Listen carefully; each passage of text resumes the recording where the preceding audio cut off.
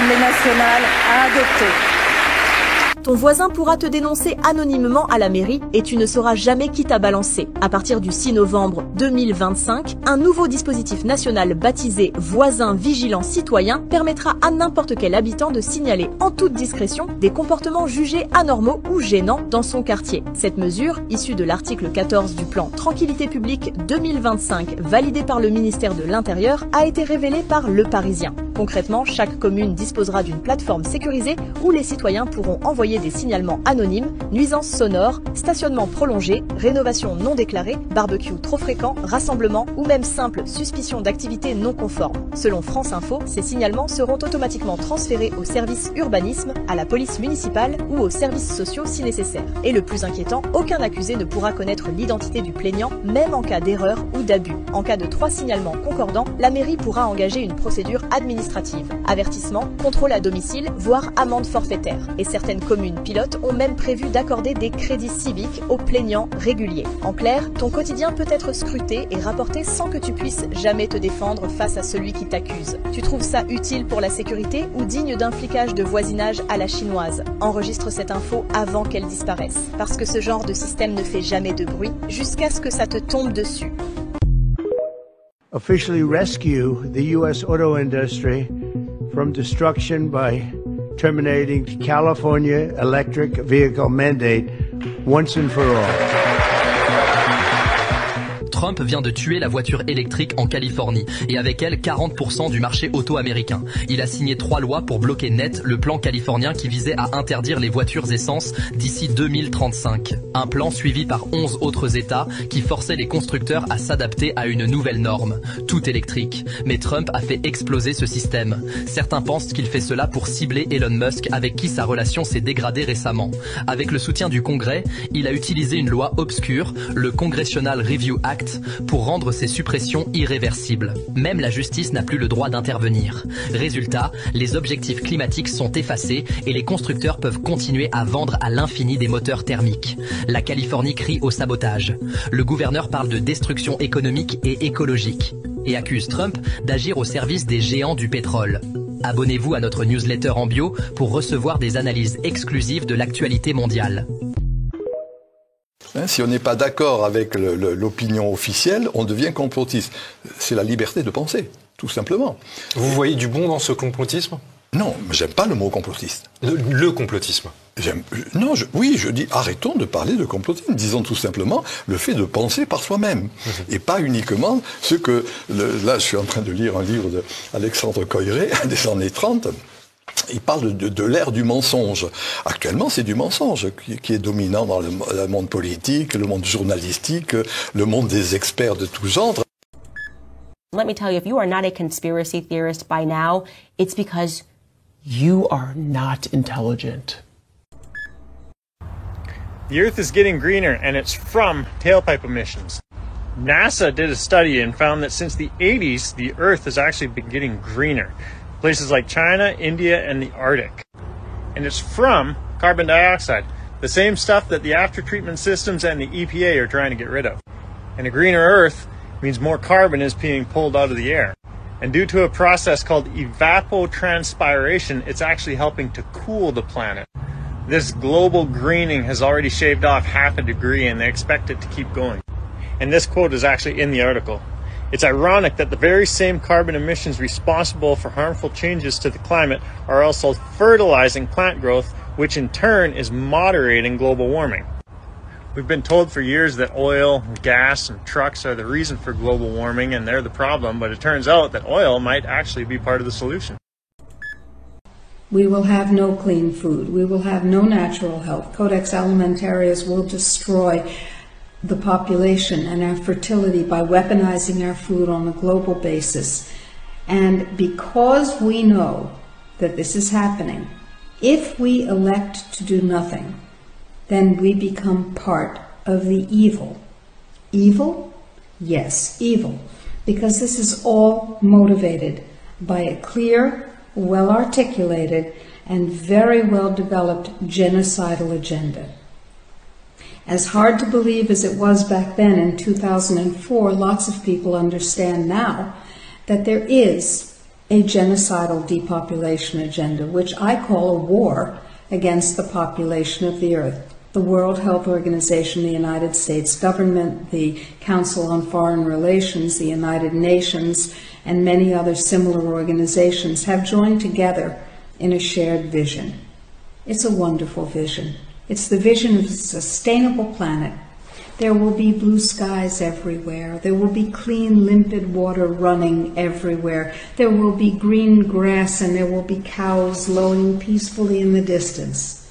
And you and I and our children and our children's children will no longer exist. We will not be there to appreciate this beautiful, sustainable world because we will have been eliminated by the elite, by the globalists, since we, in their vision, are useless eaters. Il y a un bruit qui monte, un grondement sous la surface. Un nom revient de plus en plus souvent. Robert Francis Kennedy Jr. Et ce qu'il s'apprête à dévoiler risque de faire tomber des empires, une bombe judiciaire, un séisme scientifique, un tabou médiatique. Il affirme que l'aluminium contenu dans les vaccins pour enfants pourrait être lié à l'explosion des cas d'autisme. Et ce n'est pas une théorie farfelue, c'est un rapport documenté, chiffré, sourcé, que redoutent aujourd'hui les anciens barons du système sanitaire américain. Parmi eux, le docteur Scott Gottlieb, ancien patron de la FDA, aujourd'hui haut responsable chez Pfizer. Il pense que Robert Francis Kennedy Jr. met en place une entreprise de litige massif, une stratégie pour permettre aux familles d'enfants autistes d'attaquer en justice les fabricants de vaccins. Et si cela se confirme, cela pourrait faire couler Big Pharma. Le jeu va changer. Mais ce n'est pas tout. Robert Francis Kennedy Jr. accuse aussi le CDC, le Centre de contrôle des maladies, d'avoir dissimulé une étude explosive menée en 1999. Une étude qui montrait une augmentation de 1135% du risque d'autisme chez les enfants ayant reçu le vaccin contre l'hépatite B. Que s'est-il passé ensuite? Silence, censure, déni, intimidation. Les enfants plus âgés, chez qui l'autisme pouvait être diagnostiqué, écartés de l'étude, les données reclassées, filtrées, neutralisées. Un cover-up, comme on dit à Washington. Mais creusons un peu plus. Robert Francis Kennedy Jr. cite également une étude financée par le CDC, dirigée par le docteur Ross Lazarius. Objectif, comparer le système VAERS qui recueille les effets secondaires des vaccins avec un nouveau système automatisé beaucoup plus fiable. Résultat, le système VAERS omettait plus de 99% des effets secondaires et le nouveau système, il révélait qu'un vaccin sur 37 entraînait une réaction indésirable. Mais au lieu de s'en servir, le CDC l'a fermé en 2010. Pourquoi? Parce qu'il fonctionnait trop bien. Les effets secondaires invisibles, les données fiables enterrées. Et pendant ce temps, les pédiatres reçoivent des primes de performance selon leur taux de vaccination. 50% de leurs revenus proviennent des vaccins. Si vous refusez de vacciner votre enfant, le médecin peut vous mettre à la porte. Ce n'est plus une science, c'est un business. Et ce business, Kennedy Jr. veut y mettre fin. Et puis, il y a Anthony Fauci, le nom que tout le monde connaît, le visage de la pandémie, l'architecte de la stratégie Covid. Mais qui était vraiment Anthony Fauci? Robert Francis Kennedy Jr. affirme qu'il a financé des recherches ultra sensibles, notamment à l'université de Caroline du Nord, où des scientifiques ont mis au point une technique permettant d'effacer les empreintes humaines derrière un virus modifié. Et devinez quoi? Fauci aurait aidé l'armée chinoise à mener ses travaux. Oui, l'armée chinoise, c'est-à-dire que le virologue en chef de l'Amérique aurait, selon Kennedy Jr., contribué à la création d'une pandémie mondiale en collaborant avec une puissance étrangère, un acte que beaucoup assimileraient à de la trahison. Et que dit aujourd'hui Anthony Fauci? Rien. Protégé, intouchable, peut-être même gracié à l'avance. Stylo, autopen oblige. Et encore, on y reviendra. Mais ce n'est pas terminé. Selon le sénateur Ron Paul, Fauci pourrait être contraint de témoigner sous serment. Des documents récemment déclassifiés prouvent que la recherche sur les gains de fonction à l'origine probable du Covid était connue et assumée par Anthony Fauci. Il savait et il a menti. Aujourd'hui, la peur change de camp. Des voix au Texas comme le docteur Pete Chamber, vétéran de guerre, candidat au poste de gouverneur, appelle à un Nuremberg 2.0 avec des vrais procès, des vraies inculpations. Vous voyez, ça valait le coup de patienter. Et des noms qu'on n'aurait jamais cru voir sur le banc des accusés commencent à apparaître. Et pendant que les États-Unis retirent silencieusement le mercure de certains vaccins tout en évitant de l'annoncer publiquement, l'OMS, elle, continue d'affirmer que le thymérosal, conservateur à base de mercure, est sans danger. Mais pour qui travaille l'OMS? Les peuples ou les laboratoires? En 1994, le Japon a supprimé la vaccination obligatoire chez les enfants. Résultat, chute brutale du syndrome de mort subite du nourrisson. Pas de vaccin forcé, pas de mort inexpliquée, mais ce miracle, personne n'en parle en Occident. Pourquoi? Parce que ça ruinerait le narratif. Et maintenant, le vent tourne. Les données Pfizer révèlent que le vaccin Covid a entraîné un taux de mortalité supérieur de 23% par rapport au groupe placebo. Mais ça, on vous le dira jamais sur TF1, ni sur BFM, ni dans le monde. Pourquoi? Parce que la vérité ne paye pas, le mensonge, si. Mais rassurez-vous, l'édifice tremble. Avec Kennedy Jr., c'est la digue qui commence à céder. Le système s'effondre sous le poids de ses propres mensonges. Les questions que l'on n'avait pas le droit de poser il y a 3 ans deviennent aujourd'hui des faits documentés. Les accusateurs d'hier sont aujourd'hui les accusés. La vraie pandémie, ce n'est peut-être pas un virus, c'était le silence, l'omerta, la corruption institutionnalisée. Mais aujourd'hui, les familles exigent des comptes et cette fois, les tribunaux n'auront plus le choix. Profitez du spectacle, le meilleur est à venir, mais surtout n'oubliez pas, on n'est clairement pas au bout de nos surprises. L'ambassadrice palestinienne, et oui, il existe une ambassadrice palestinienne, mes amis, appelle le monde entier pour essayer de mettre fin à cette famine organisée abominable. Écoutez, c'est le chaos total dans la bande de Gaza. Quand on a une population civile qui est affamée, qui va justement, on a vu les photos, dans ces points de distribution, ils savent qu'ils risquent leur vie. Ils savent qu'ils peuvent être tués par un sniper israélien ou un soldat israélien. Mais malgré cela, ils prennent le risque. Ils vont aller chercher de quoi manger. Aujourd'hui, c'est la survie. On parle de la survie de toute une population. Et non seulement par rapport à la nourriture, c'est par rapport aux soins médicaux, c'est par rapport aux hôpitaux qui sont à l'arrêt total. Où sont passées l'ONU, l'UNRWA, où sont passées toutes les organisations qui, depuis 1948, s'occupaient justement de l'aide aux réfugiés palestiniens? Et il fallait poser cette question à Israël qui empêche toute organisation internationale, toute organisation humanitaire d'avoir accès dans la bande de Gaza, comme elle empêche les journalistes, bien sûr, pour informer, comme elle assassine même les secouristes palestiniens pour pouvoir apporter de secours à la population civile. Aujourd'hui,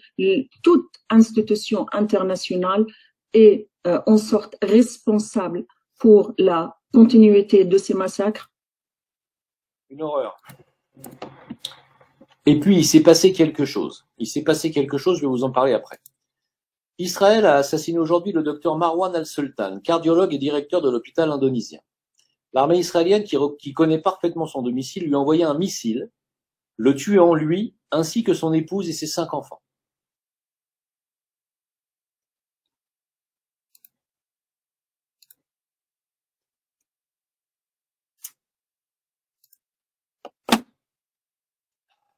Que Dieu prenne soin de leurs âmes. Quelle horreur. Et puis je vais laisser parler cette Française qui a été, c'est pas la peine que je vous en parle, vous allez même pas le croire de toute façon. Je vais la laisser parler, c'est tout, et vous allez halluciner. Voilà. Attention, accrochez-vous parce que c'est complètement dingue. Voilà. Je ne pensais pas qu'on pouvait en arriver à là, en France, pays des droits de l'homme, pays de la liberté d'expression. Dénoncer la présence d'un soldat franco-israélien est pénalement condamnable, surtout si vous le qualifiez de génocidaire. En première instance, j'ai fait de la prison, 46 jours de détention. J'ai été condamnée à 3 ans d'emprisonnement, dont 1 ferme. Et aujourd'hui, je suis condamnée à 6 mois de bracelet, 1 an de sursis et 6 000 € d'amende à verser aux différents partis civils, dont le soldat franco-israélien que j'ai dénoncé à travers les réseaux sociaux. J'ai un regard lucide, apaisé, même si je reste quand même la personne la plus lourdement condamnée depuis le 7 octobre 2023. Je suis encore en période de reconstruction. J'ai une fille de 12 ans que je dois protéger, rassurer. Je reçois régulièrement des menaces de mort à travers les réseaux sociaux, des menaces d'intimidation aussi. Moi, j'ai été étudiante infirmière, donc j'ai été virée de mon école pendant 5 ans. Je ne peux plus me présenter à une école en France, ce qui est illégal de leur part. J'ai du mal également à retrouver un emploi et là, j'ai un objectif, c'est déjà de retrouver un équilibre avec ma fille.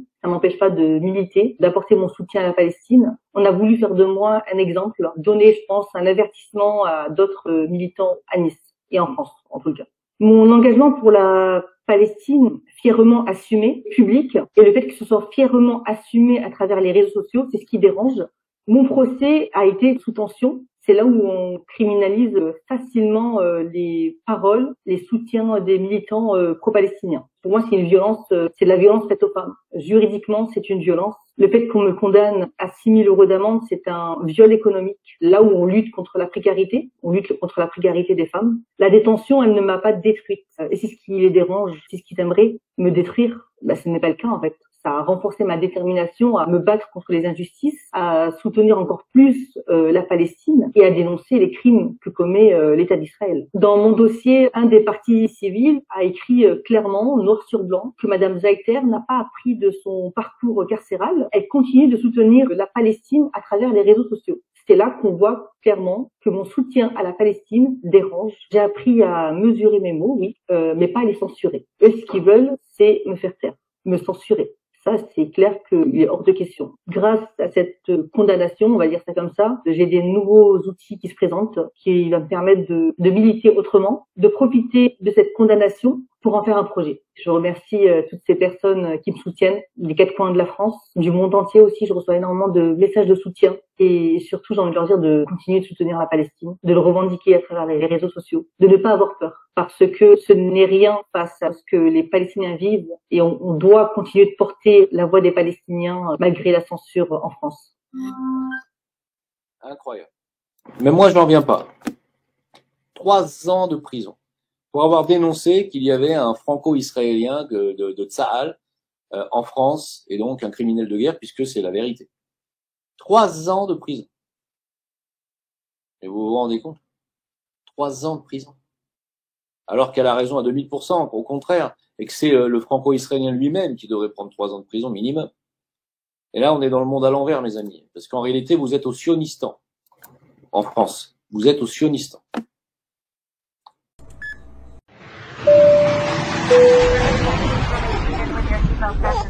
All carry-on baggage stowed until the short action has at the gate and the seatbelt sign is turned off. Smoking is only permitted in designated smoking areas. You may not connect your mobile device to the network. If you have any questions about connecting flights or baggage, please speak to one of our agents.